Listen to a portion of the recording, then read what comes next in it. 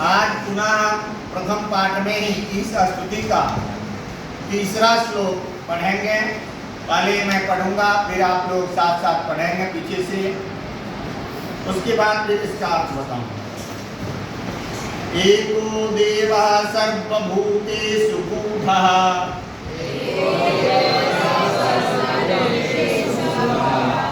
साथ साथ पढ़ना है। एको देवः सर्वभूतेषु गूढः,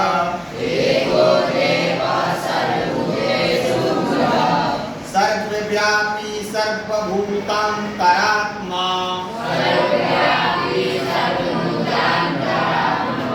कर्माध्यक्षः सर्वभूताधिवासः,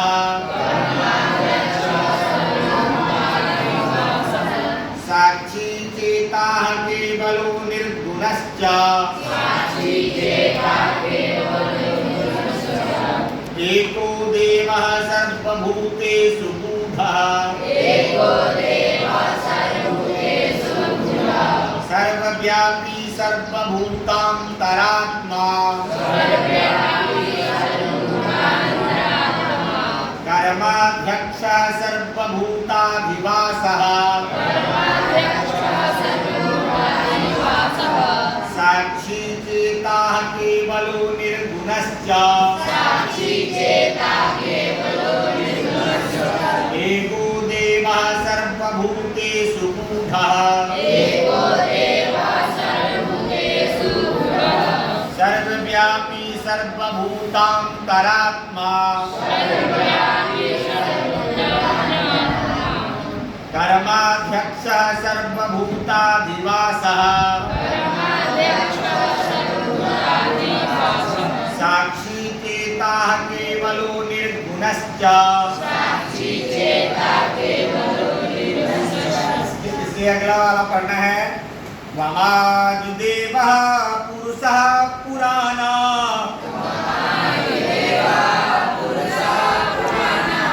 त्वमस्य विश्वस्य परां निधानम्, वेत्तासि वेद्यं च परं च धाम,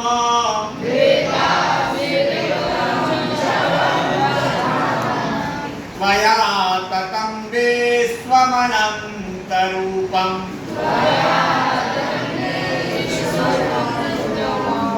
त्वमादिदेवः पुरुषः पुराणः, त्वमस्य विश्वस्य परां निधानम्,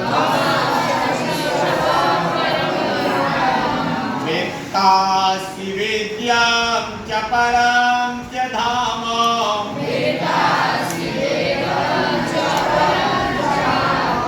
त्वया ततं विश्वमनन्तरूपम्।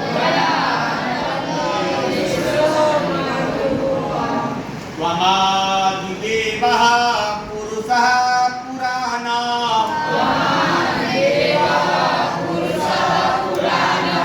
त्वमस्य विश्वस्य परां निधानम्, वेत्तासि वेद्यं च परं च धाम,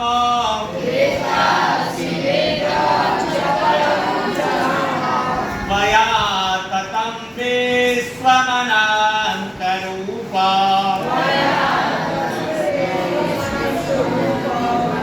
इससे अगला वाला श्लोक करना है, साथ साथ पढ़िए, आगे पीछे मत कीजिए। नमः पुरस्तादथ पृष्ठतस्ते,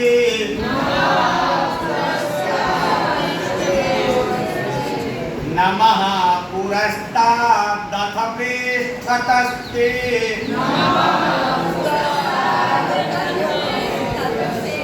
नमोस्तुते सर्वत एव सर्वा, नमोस्तुते सर्वत एव सर्वा, अनन्तवीर्यामितविक्रमस्त्वम्, अनन्तवीर्यामितविक्रमस्त्वम्, सर्वं समाप्नोषि ततोऽसि सर्वः।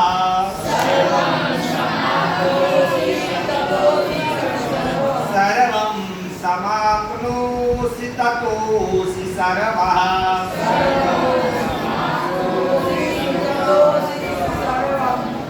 अब इसको आपको पढ़ के याद करके आना है, गलत उच्चारण नहीं करना है। और गलत उच्चारण के लिए पहले मैं बोल चुका हूँ, जो स्कूल में जब तक हैं आप तब तक भी पूछ सकते हैं, नहीं तो आप उसमें वीडियो के माध्यम से देख करके भी आप याद कर सकते हैं, वहाँ कमेंट करके भी आप पूछ सकते हैं। अब इसमें दिया है जो एको देवः सर्वभूतेषु गूढ़ः, एकः देवः अर्थात एक ही ईश्वर है। ईश्वर एक है, भले उनका रूप अनेक है, जैसे अलग अलग है ना, दुर्गा काली इत्यादि जो है, तो लेकिन सबका जो है एक ही है, वो परम परमेश्वर एक है। वही कह रहे हैं एको देवः सर्वभूतेषु गूढ़ः, एक ईश्वर ही सभी प्राणियों में छिपा हुआ है, छिपे हुए। एक ही ईश्वर सभी प्राणियों में छिपे हुए हैं। सर्वव्यापी सर्वभूतांतरात्मा कहते हैं, वह सर्वत्र क्या है, व्यापी व्याप्त है, सभी जगह वह व्याप्त है। सर्वत्र मतलब सभी जगह, व्यापी मतलब व्याप्त है। और तथा सारे प्राणियों के हृदय में निवास कर रहे हैं। सर्वभूतांतरात्मा, सर्वभूत मतलब सभी प्राणी के अंतरात्मा में, आत्मा में वास है। हमारे आत्मा में, आपके आत्मा में 84 लाख योनियां हैं। 84 लाख प्राणियों के आत्मा में ईश्वर ही बैठे हुए हैं। तो वही कह रहे हैं सभी जगह सर्वत्र व्याप्त है और सारे प्राणियों के हृदय में निवास करने वाला है। कौन? ईश्वर। और क्या है? कर्माध्यक्ष सर्वभूतादिवासः, कर्माध्यक्ष कर्मों पर नियंत्रण करने वाला और सभी प्राणियों के, सभी वस्तुओं में रहने वाला निर्गुण रूप। कहते हैं साक्षी चेता केवलो निर्गुणश्च, अर्थात वह निर्गुण रूप में साक्षी सिर्फ वही है, अर्थात ईश्वर ही साक्षी है। बोलिए जोड़िया मतलब क्या होता है? क्या जोड़िया? जोड़ियां नहीं, जोड़िया आप बोले हैं ना, योनि। हाँ, योनि जो है अलग अलग, जैसे कैटेगरी जो है, जैसे हम मानव हैं, कोई कुत्ता है, कोई बिल्ली है, ये योनि है। समझ में आया कि नहीं है?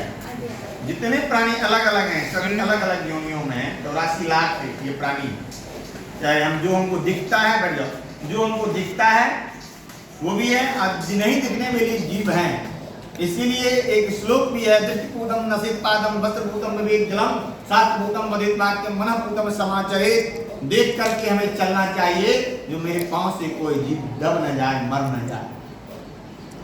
क्यों? क्योंकि हमको दिखता नहीं है, ऐसे भी जीव हैं।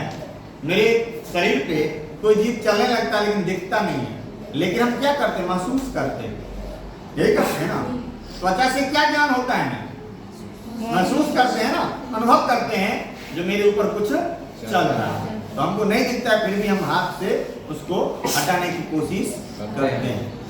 तो कहते हैं वैसे ही दृष्टिपूतम नसेत पादम वस्त्रपूतम विवेक जलम, जल जो पीना चाहिए वस्त्र से छान कर पीना चाहिए, क्योंकि जल में भी छोटे छोटे कीड़े होते हैं। और शास्त्रपूतम वदित वाक्यम, हमें जो वाणी बोलनी चाहिए उसमें कोई अर्थ हो, सारयुक्त हो, बिना मतलब का वाणी नहीं बोलनी चाहिए, क्योंकि ये वाणी जो है वही सरस्वती है। वाणी ही तो सरस्वती है, सरस्वती का नाम एक वाणी भी है। और मनःपूतम समाचरेत, सबका कोई काम यदि आप करते हैं तो सबका राय लीजिए, विचार लीजिए, लेकिन आपका जो मन कर रहा है वो कीजिए। लेकिन वहां भी एक नियम है, मन को एकाग्रचित करके कहाँ क्या करना चाहिए, क्योंकि मन जो है बड़ा चंचल है, इस पे भी लगाम कस करके काम करना चाहिए। तो क्या करना चाहिए, क्या नहीं करना चाहिए, इसको ध्यान में रख करके हमें काम करना। फिर है दूसरा श्लोक है इसमें, त्वमादिदेवः पुरुषः पुराणः।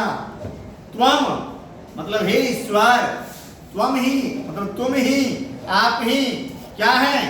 आदिदेव हैं। आदि मतलब सबसे पहले, सबसे पहला, आदि मतलब पहला। तो कहते हैं तुम ही अनंत स्वरूप आदि देव हैं एवं पुराण पुरुष हो, अर्थात तुम ही पुराण पुरुष भी हो। तुमस्य विश्वस्य परम निधानम, कहते इस संसार में सर्वश्रेष्ठ सहारा अर्थात आश्रय भी तुम हो।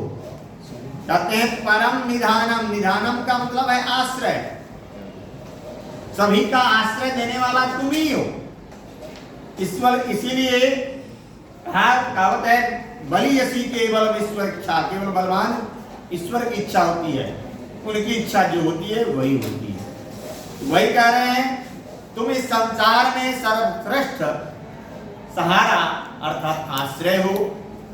वेत्तास्य वेद्यम च परम च धामम, और तुम ही सब कुछ जानने वाले हो। लोग कहते हैं ना यहाँ कोई नहीं ये काम कर लेते हैं, यहाँ कोई नहीं ये काम कर लेते हैं, लेकिन कोई नहीं का मतलब है वहाँ भगवान है, ईश्वर व्याप्त है, हर जगह ईश्वर है, हर चीज में ईश्वर है। जैसे इसको इतिहास को आपको देखना हो तो आप पढ़िएगा प्रहलाद और हिरण्यकश्यप की कहानी। प्रहलाद को जब हिरण्यकश्यप उनके पिता ने बोला तो तुम्हारा ईश्वर कहाँ है, दिखा, अब तुम्हें मार रहा हूँ। तो भगवान कहाँ से निकले थे? खम्भे को पार करके, लकड़ी का बांस का खम्भा था उसमें से वो निकले और नरसिंह अवतार में निकले। नहीं वो मानव थे, नहीं दानव थे, नहीं जानवर थे, दोनों रूप में थे, आधा मानव और आधा सिंह, ठीक है ना, जानवर। तो कहते हैं हर जगह ईश्वर व्याप्त है। वही कह रहे हैं तुम जो है अर्थात हे ईश्वर तुम सर्वत्र हो और तुम ही सब कुछ हो। त्वयात्म विश्वम अनंत रूपम, और तथा श्रेष्ठ धाम हो, तुम्हारे द्वारा ही यह संसार रचा गया है, अर्थात संसार को रचने वाले भी तुम ही हो। फिर है इसका दूसरा श्लोक भी है, जो ये संसार जो है दैवाधीनम जगत तंत्र सर्वम मंत्राधीनास्तु देवता, देवता के अधीन में ये सारा संसार है। जगत मतलब संसार, सर्व मतलब सभी, संसार जो है देवता के अधीन है। तो ये इसी का ये श्लोक आपको इसी का प्रूफ करता है। फिर है आगे नमोस्तुते सर्वत नमः पुरस्तात् रत पृष्ठते पृष्ठतस्ते नमोस्तुते सर्वत एव सर्व अनंत वीर्यात् मितविक्रमस्त्वं सर्वं समाप्नोषि ततोषि सर्व। कहते हैं नमः मतलब नमस्कार है, प्रणाम है। नमो नमः बोलते हैं, नमो नमः मतलब आपको प्रणाम कर रहा हूं, नमस्कार कर रहा हूं। इसमें नमः पुरः मतलब आगे, कहते हैं पुरस्तात् मतलब आगे से आपको प्रणाम है, पृष्ठस्ते और पीछे से भी प्रणाम है। हे अनंत, कहते हैं हे अनंत सामर्थ्य वाले ईश्वर, आपके लिए आगे से तथा पीछे से भी नमस्कार है। नमोस्ते सर्वत एव सर्व अनंत वीर्या मृत विक्रमस्त्वं, कहते हे सर्वात्मन अर्थात हे सभी की आत्मा में रहने वाले, आपके लिए सब ओर से ही नमस्कार है। सर्वम समाप्नोष, क्योंकि अनंत पराक्रमी आप समस्त संसार को व्याप्त किए हुए हैं, इसी से आप ही सर्वस्वरूप हैं, अर्थात सब कुछ आप ही हैं। तो ये स्तुति हम कर रहे हैं किनका? ईश्वर का। अब अलग अलग दो ग्रंथों से इसमें लिया गया है श्लोक, एक उपनिषद से और दूसरा भगवत से, भगवत गीता से। गीता में कितने श्लोक हैं? गीता में श्रीमद् भगवत गीता में 700 श्लोक हैं, 18 अध्याय हैं। और ये गीता जो है महाभारत एक ग्रंथ है, महाभारत से लिया गया है, महाभारत से गीता लिया गया है। महाभारत में 1 लाख श्लोक हैं। महाभारत में कितने श्लोक हैं? 1 लाख श्लोक। इसीलिए उसको लक्ष्य संहिता भी कहा गया है। लक्ष्य संहिता, लक्ष्य मतलब लाख और संहिता मतलब जो इकट्ठा किया गया है श्लोक, तो उसको संहिता बोलते हैं। तो इस प्रकार से ये पहला पाठ आपकी समाप्त हो चुकी है और आपको कुछ पूछना है तो आप पूछ सकते हैं। आज की कक्षा यही समाप्त हो।